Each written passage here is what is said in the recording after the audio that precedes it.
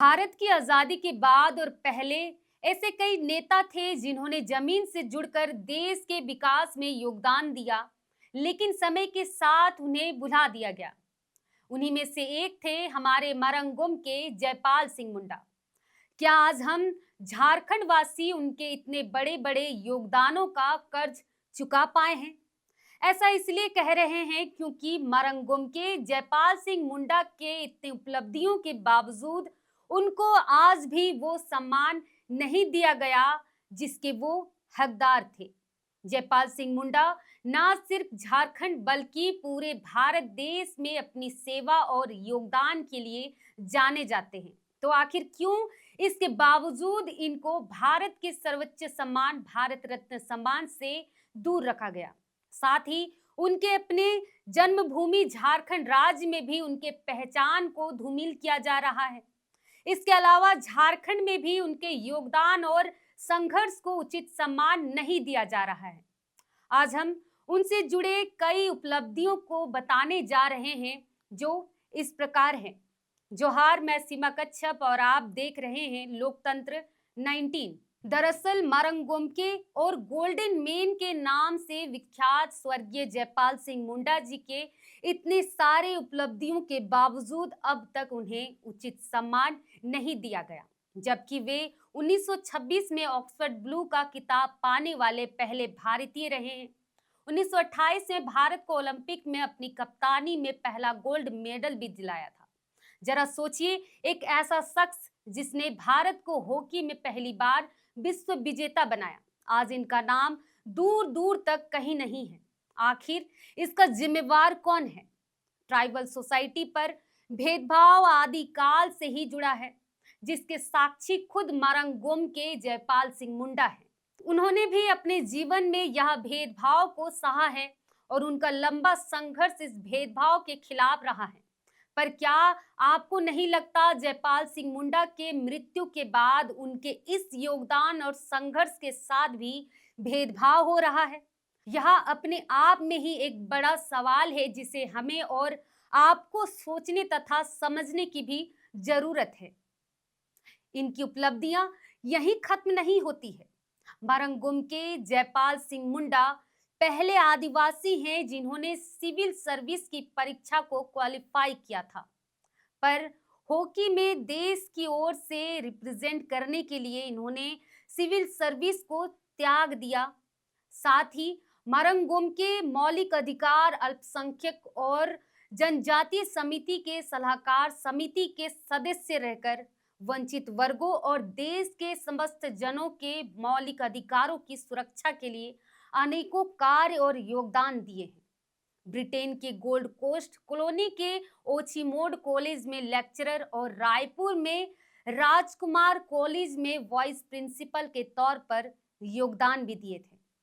वहीं मरंगुम के जयपाल सिंह मुंडा को 1946 में संविधान सभा के सदस्य के रूप में भी चुना गया था, जिसमें उन्होंने आदिवासियों के हक अधिकार के लिए कई सारे मुद्दों पर अपनी बात रखी थी। और आज जो आदिवासी समाज है उनके अधिकारों को संविधान में आजाद भारत के बाद भी सुरक्षित रखने का जो श्रेय अगर किन्हीं को जाता भी है तो वो शख्स कोई और नहीं बल्कि मरंगुम के जयपाल सिंह मुंडा को ही जाएगा। बता दें, जयपाल सिंह मुंडा सिर्फ ट्राइबल सोसाइटी के ही लीडर नहीं थे बल्कि स्वतंत्रता आंदोलन के भी प्रमुख अंग रहे थे। अलग झारखंड आंदोलन में सबसे बड़े लीडर के रूप में देखें तो इसमें भी मरंगुम के जयपाल सिंह मुंडा को ही जाना जाता है। वैसे तो अलग झारखंड आंदोलन की आवाज 1912 से ही थोड़ी बहुत उठने लगी थी, पर उस समय अधिकारों की मांग ज्यादा थी और विकल्प के तौर पर अलग राज्य की मांग थी। पर जयपाल सिंह मुंडा जब आदिवासी महासभा में कदम रखे और सभा के अध्यक्ष की जिम्मेदारी संभाले तो इनके आने के बाद अलग झारखंड आंदोलन की धार और तेज हो गई, क्योंकि जयपाल सिंह मुंडा एक बहुप्रतिभा के धनी थे, शिक्षित व्यक्ति थे और इनकी लीडरशिप की एक अलग कला होती थी। बता दें, मरंगुमके का अच्छे वक्ता के रूप में पहचान होने के साथ साथ एक अच्छे राइटर, शिक्षाविद और प्रशासनिक जानकार भी थे। इन्होंने अलग झारखंड राज्य के लिए झारखंड पार्टी बनाया था, जिसमें झारखंड के तमाम आदिवासी और मूलवासी के बड़े चेहरे शामिल थे। झारखंड पार्टी से उन्होंने 1952 में 34 सीट जीतकर बिहार विधानसभा के मुख्य विपक्षी दल बनकर अलग झारखंड आंदोलन को आग की तरह पूरे छोटा नागपुर पठार में फैला दिया था। हालांकि इनके जीवित रहते झारखंड राज्य गठन नहीं हो पाया था, पर इन्होंने इसकी नींव जरूर रख दी थी।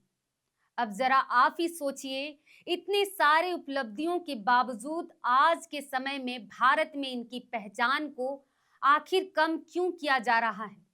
बिना किसी भेदभाव की भावना और ईमानदारी से सोचिएगा, आज इंडिया में इनकी संघर्ष और योगदानों को क्या वो स्थान मिला है? और क्या मारंग गोमके को वो सम्मान मिला जिसके वो सचमुच के हकदार हैं? और क्या सही में मारंग गोमके जयपाल सिंह मुंडा भारत के सर्वोच्च सम्मान भारत रत्न सम्मान के हकदार नहीं हैं?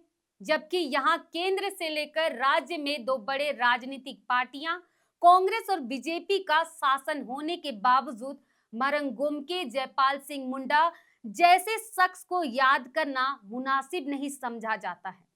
आखिर ऐसा क्यों? और बात यहीं खत्म नहीं होती है।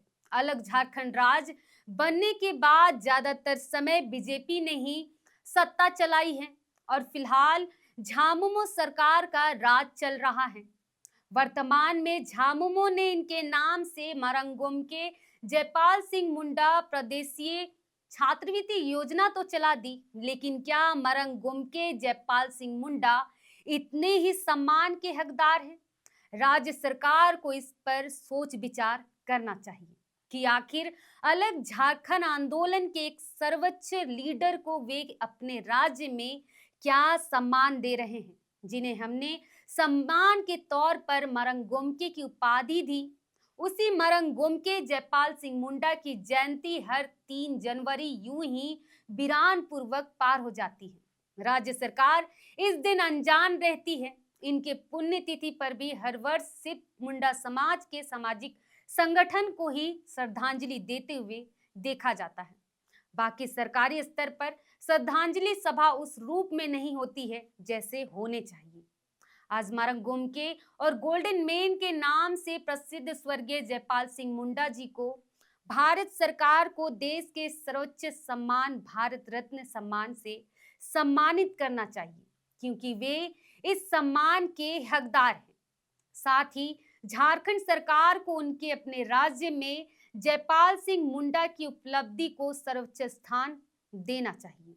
उम्मीद करते हैं कि इस साल राज्य सरकार इनकी जन्म जयंती के दिन सम्मानजनक भव्य कार्यक्रम करेंगे और इनको भारत रत्न देने की केंद्र सरकार को सिफारिश करेंगे। बाकी इस पर आप सभी का क्या विचार है, हमें आप कमेंट के माध्यम से बता सकते हैं। जोहार।